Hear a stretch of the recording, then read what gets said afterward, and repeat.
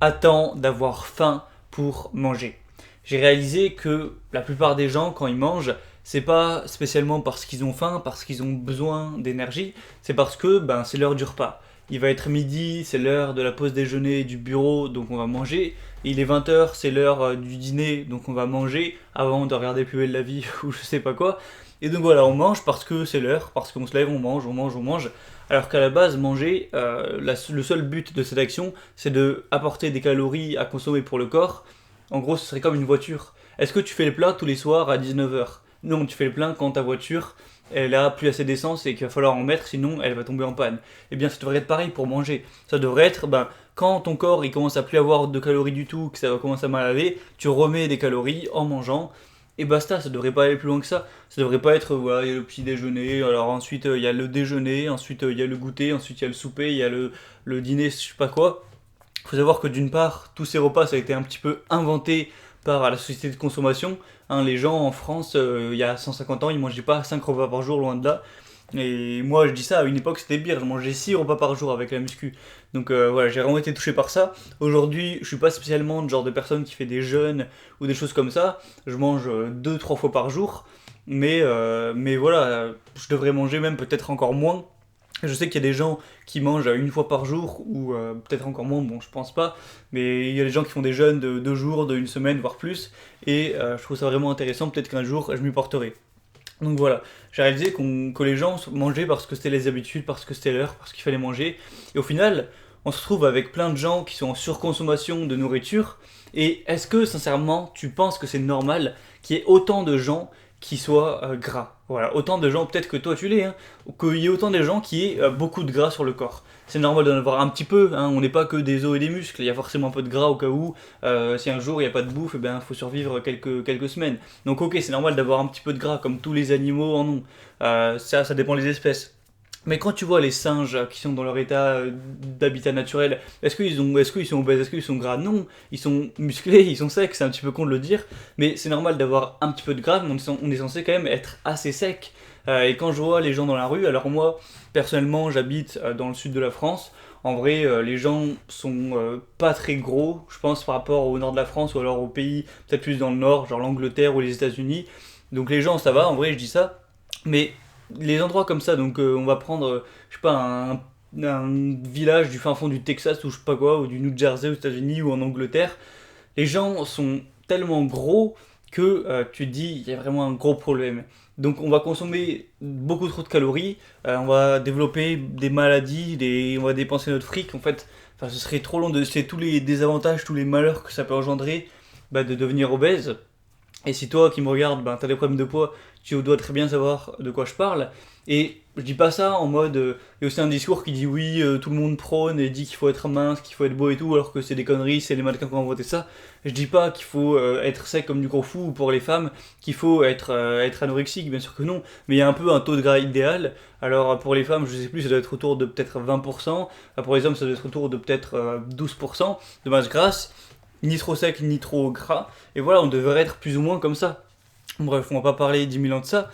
Et aussi, je voulais parler du fait que, avant, quand on était des hommes préhistoriques, donc dans la préhistoire, au final, notre seul but dans la vie, c'était de manger, ou en tout cas, voilà, de nous alimenter, de survivre et de nous reproduire. Donc c'était une très grosse partie du boulot. Le boulot, au final, il n'y avait pas de boulot en mode aller remplir des tableaux Excel sur son ordi, ou aller apporter le courrier, ou alors travailler à Carrefour, travailler à McDo, travailler dans des bureaux, ou je sais pas quoi. Non, le seul travail, c'était de trouver des animaux ou des plantes, de les prélever, de prendre des calories en chassant, en cueillant tout ce que tu veux, de ramener ces calories et de les consommer. Ça s'arrêtait là, la boucle elle était petite, elle était simple. Hein. C'est pas ouais, je vais travailler dans un bureau, ce bureau il gère des affaires, des entreprises qui vendent des trucs, les entreprises qui vendent des trucs, elles payent des gens pour vendre ces trucs là ils rapportent de l'argent vu qu'on les consomme, après ça fait une boucle infernale ou je sais pas quoi, et au final, moi je perçois un salaire de tout ça. Non, c'était pas des bordels comme ça.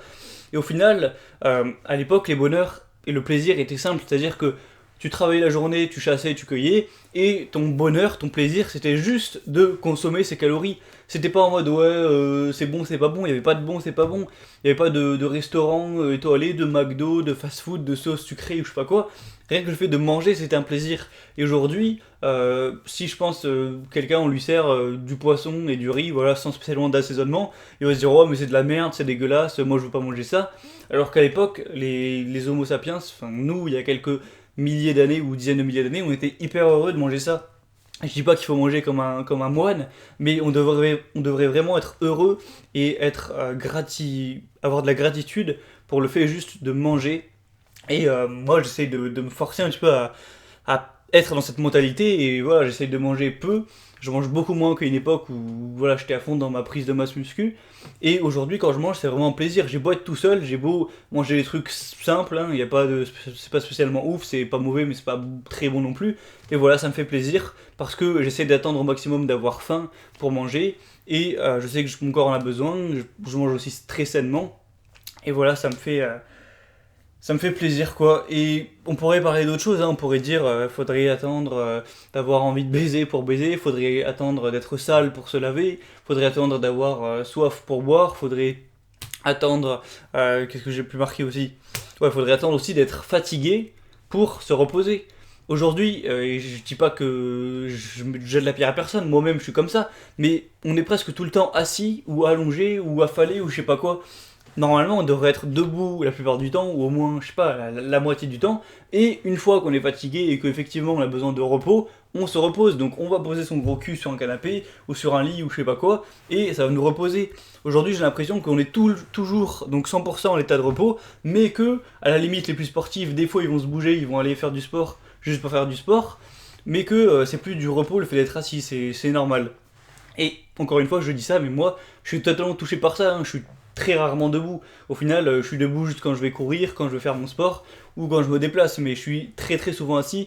Et ça, c'est un problème qu'il faudrait pallier. Alors, après, ben, c'est notre mode de vie qui est comme ça, on peut pas forcément faire des miracles, mais on n'est pas une espèce qui est censée être. On n'est pas des pandas, on n'est pas censé être allongé, affalé 23 heures par jour. Hein. À la limite, peut-être 16 heures, tu vois, ou 20 heures, mais pas 23 heures ou pour certains presque 24 heures, quoi. C'est triste à dire, mais bon.